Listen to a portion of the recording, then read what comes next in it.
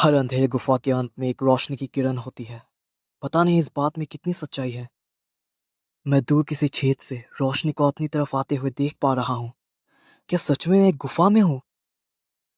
क्या मैं मर चुका हूँ? आखिरी बात जो मुझे याद है कि मैं अपने बिस्तर पे लेटा हुआ था और ऊपर से अपने राज्य को देख रहा था। और उसके बाद मुझे बहुत भारी महसूस हुआ और अगले ही पल मैं यहाँ आ गया।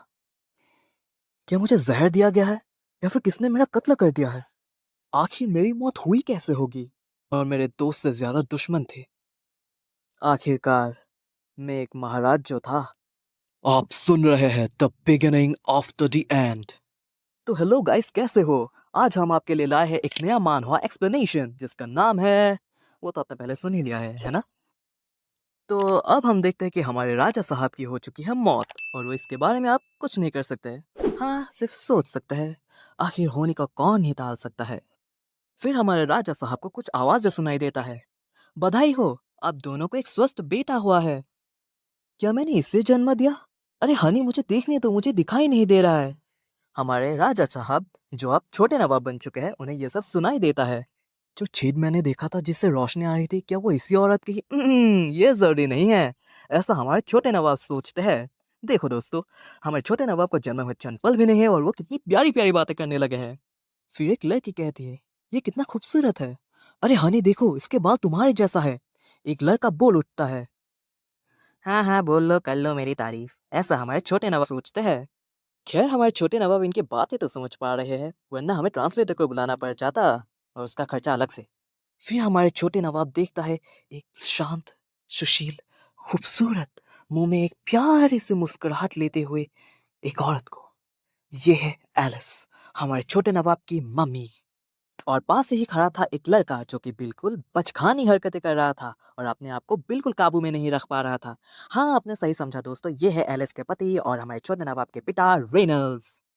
नहीं नहीं नहीं दोस्तों, रायन रेनॉल्ड्स नहीं, हो ही नहीं सकता, मतलब कैसे हो सकता है?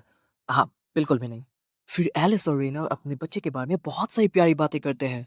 हे देखो छोटे नवाब, मैं हूँ तुम्हारा डैडी, कहो दादा। हे रेनॉल्ड्स, वो अभी जन्मा है, वो अभी बातें नहीं कर सकता, एलिस कहती है। हे हे हे हे, रेनॉल्ड्स हंसने लगता है।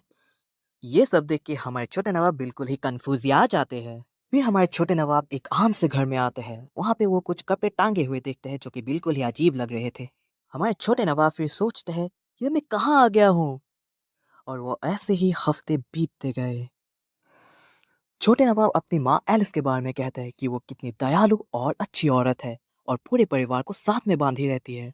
और अगर बात करें पिता रेनल्स की, तो अगर उनके बचकानी हरकत को साइड में रख दिया जाए तो वो दिल के बुरे इंसान नहीं है। वो इंडिपेंडेंट औरत के एक डिपेंडेंट मर्द है। हमारे छोटे नवाब शुक्रिया अदा करते हैं कि उन्होंने एक प्यारी सी फैमिली में जन्म लिया, क्योंकि उनका पिछला जिंदगी बहुत ही मुश्किल भरा था, इतना कि वो अपने दुश्मनों के लिए भी ऐसा नहीं सोच सकते थे।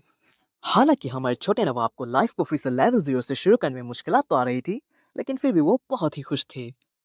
फिर एलिस हमारे छोटे नवाब को बाजार घुमाने ले आती है, जहां वो देखते हैं और उन्हें लगता है कि वो किसी पुराने वक्त में आ गए हैं, जहां पे लोग अभी स्वॉर्ड्स और वेपन्स लेके घूम रहे हैं।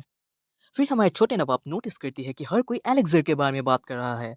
लगता है ये कोई दवाई है जो कि कानूनी या फिर गैर कानूनी तरीके से यहाँ पे बेचा जा रहा था। और अब हमारे छोटे नवाब बाजार की इस हसल और बसल से बोर हो गए थे, क्योंकि वहाँ पे कुछ ऐसे भी औरतें थी जो अपने पति के लिए 3-3 एलेक्सर्स ले रही थी। पता नहीं क्यों। बीते इन हफ्तों में हमारे छोटे नवाब ने अपने सराउंडिंग को अच्छे से एनालाइज कर लिया है और अब उन्हें पता है कि उन्हें अब यहाँ कैसे रहना है।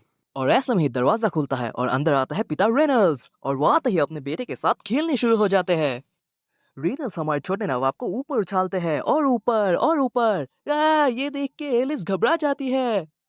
रेनल्ड्स, तुम उसे गिरा दोगे, एलिस कहती है। रे कहता है, मैं रोहित शर्मा थोड़ी हूँ जो टॉस मिस कर दूंगा। इतने में ही हमारे छोटे नवाब का हाल बेहाल हो गया। रेनल्ड्स कहता है, बचपन में मेरे पिता भी मेरे साथ ऐसे ही खेलते थे।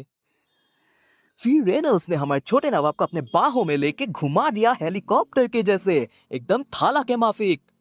ये देखकर एलिस बहुत ही घबरा जाती है। और उसके बाद हो गई अनहोनी। हमारे छोटे नवाब का पैर किसी चीज से टकरा गया और उन्हें चोट लग गया। फिर हमारे छोटे नवाब रोने लगते हैं और उसके बाद एलिस रेनल्स के सर पे आलू उगा देती है। एलिस कहती है, ओ मेरा प्यारा बच्चा, रुको, मैं तुम्हें अभी ठीक करती हूँ। और फिर एलिस अपने हाथ को छोटे नवाब के चोट के ऊपर लाती है। फिर कुछ हुआ ऐसा जैसा हमारे छोटे नवाब ने अपने सपनों में भी नहीं सोचा था। एलिस के हाथ से एक रोशनी निकली और जैसे ही उस रोशनी ने हमारे छोटे नवाब के घाव को छुआ तो वो घाव भरने लगा और पलक झपकते ही हमारे छोटे नवाब बिल्कुल पहले जैसे हो गए। ये देखकर हमारे छोटे नवाब भी बिल्कुल चौंक गए और उन्हें एहसास हुआ कि उन्हें इस जगह के बारे में कुछ भी नहीं पता। ऐसे कई अनगिनत राज जो अब भी है छुपे। तो दोस्तों यही होता है हमारा पहले पार्ट का दी एंड। जब दूसरा पार्ट आएगा उसे देखने के लिए बिल्कुल मत भूलिएगा दोस्तों। हालांकि आप सिस्टर लाइव लिंक देखना भूल जाए।